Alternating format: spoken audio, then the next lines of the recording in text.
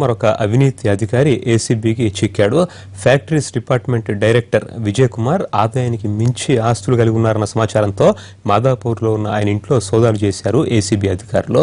40 కోట్ల రూపాయల మేర ఆస్తులున్నట్లు గుర్తించారు. మాదాపూర్లో లగ్జరీ ఫ్లాట్, అల్కాపురి, నల్లకుంటల్లో ఇళ్లు, హైదరాబాద్ శివార్లలో 9 ఎకరాల భూమి, భార్య పేరుతో పలు సంస్థలు ఉన్నట్లు తెలిపింది ఏసీబీ.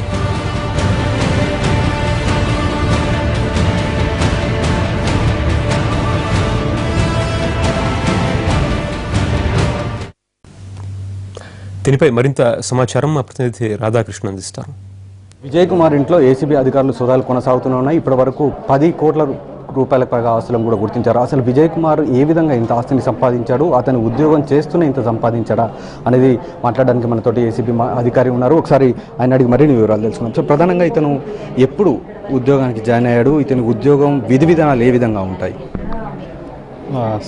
విజయ్ కుమార్ 1989 సంవత్సరంలో ఇన్స్పెక్టర్ ఆఫ్ బాయిలర్స్గా ఉద్యోగంలో జాయిన్ అయ్యాడు. అంచెలంచెలుగా ప్రమోషన్ పొంది ఇప్పుడు ప్రస్తుతం జాయింట్ డైరెక్టర్ హోదాలో ఉన్నాడు. ఇప్పుడు డైరెక్టర్ ఫుల్ అడిషనల్ ఛార్జ్ కూడా అతనే ఉన్నది. ఎందుకంటే డైరెక్టర్ హోదా ఎవరు అధికారులు లేరు. ఇప్పుడు రాష్ట్ర స్థాయి అధికారి, మొత్తం బాయిలర్స్ డిపార్ట్మెంట్కు హెడ్ ఈయనే. ఈ రాష్ట్రం తెలంగాణ రాష్ట్రానికి వారు డైరెక్టర్ పోస్ట్లో ఉన్నాడు ఇప్పుడు.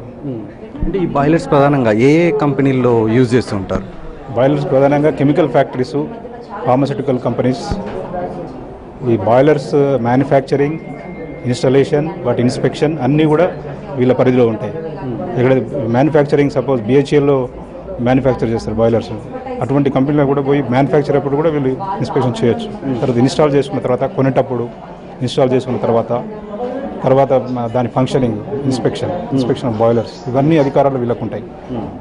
ఈ సమయంలో కొంత అవకతవకలు కానీ అవినీతి కానీ పాల్పడే అవకాశాలు ఉంటాయి. ఎందుకంటే పబ్లిక్ ఇంటర్ఫేస్ తక్కువ దీనికి. ఓన్లీ ఇండస్ట్రీస్ సంబంధించి ఇండస్ట్రియలిస్టులు ఇంటర్ఫేస్ ఉంటుంది, వాళ్ళే కలిసి మాట్లాడడం జరుగుతుంటుంది. కాబట్టి జనరల్ పబ్లిక్ ఎక్కువగా తెలియదు దీని గురించి.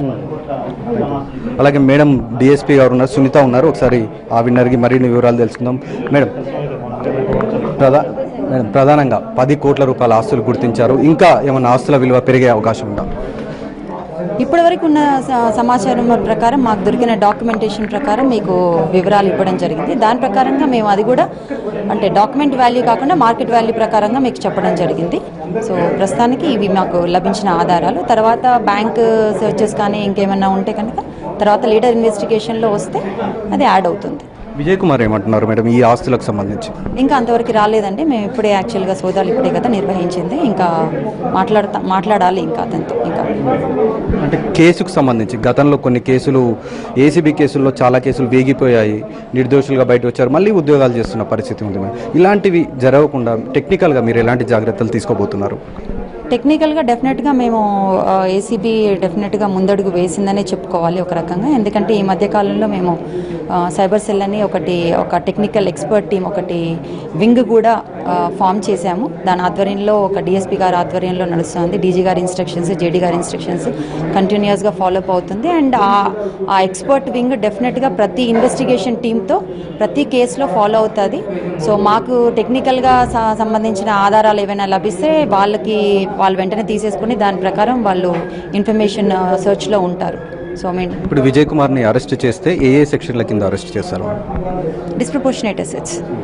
ఎంతవరకు ఒకవేళ నేరం రుజువైతే ఎంతవరకు శిక్ష పడే అవకాశం ఉంటుంది? అవన్నీ ఇప్పుడే it is too early to decide. Allegations ప్రకారంగా మాకు లభించిన ఆధారాల ప్రకారంగా దానికి అప్రోప్రియేట్ సెక్షన్స్కు మేము చేయడం జరుగుతుంది.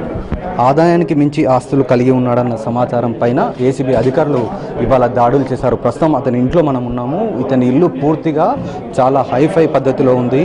ఎక్కడ కూడా ఒక గవర్నమెంట్ సర్వెంట్ ఇంత భారీ స్థాయిలో నిర్మాణాల్లో ఇంత పెద్ద ఇళ్లలో ఉంటాడు అనడానికి చెప్పలేని పరిస్థితి ఉంది. ప్రతి బెడ్రూమ్లో కూడా విలువైన ఫర్నిచర్తో పాటు ఏసీలు, అలాగే టెక్నికల్గా కూడా చాలా హైఫైకి సంబంధించినవి, అంటే ఇంట్లోకి సంబంధించిన వాటిని చూసుకున్నా కూడా, లేకపోతే లాకర్లకు సంబంధించిన వాటిని చూసుకున్నా కూడా చాలా ఎక్కువ స్థాయిలో ఉన్నాడు. ఇతను 1980లో ఇతను ఇన్స్పెక్టర్ ఆఫ్ బాయిలర్స్గా చేరాడు. ఆ తర్వాత ఇప్పుడు ప్రస్తుతం డైరెక్టర్ వరకు వెళ్ళాడు. ఇతను ప్రధానంగా కెమికల్ ఫ్యాక్టరీలకు సంబంధించిన వాటిలో బాయిలర్స్ పెట్టుకోవాలంటే ఖచ్చితంగా ఇతను అనుమతి తీసుకోవాల్సి ఉంటుంది. కాబట్టి ఈ రకంగా ఫ్యాక్టరీల నుంచి అనుమతులు తీసుకునేటప్పుడు అవినీతికి పాల్పడి ఉండవచ్చు అనేది ఏసీబీ అధికారులు చెప్తున్నారు. తమకు వచ్చిన సమాచారం మేరకు తాము రైడ్ చేశాము, 10 కోట్ల రూపాయల ఆస్తులను కూడా గుర్తించాము. ఇంకా బ్యాంకు లాకర్లు తెరవాల్సి ఉంది కాబట్టి అవి లాకర్లు కనుక ఓపెన్ చేస్తే ఇంకా ఆదాయం పెరిగే అవకాశం ఉందనేది ఏసీబీ అధికారులు చెప్తున్నారు. కెమెరామెన్ యాదయ్తో రాధాకృష్ణ, ఎన్టీవీ, హైదరాబాద్.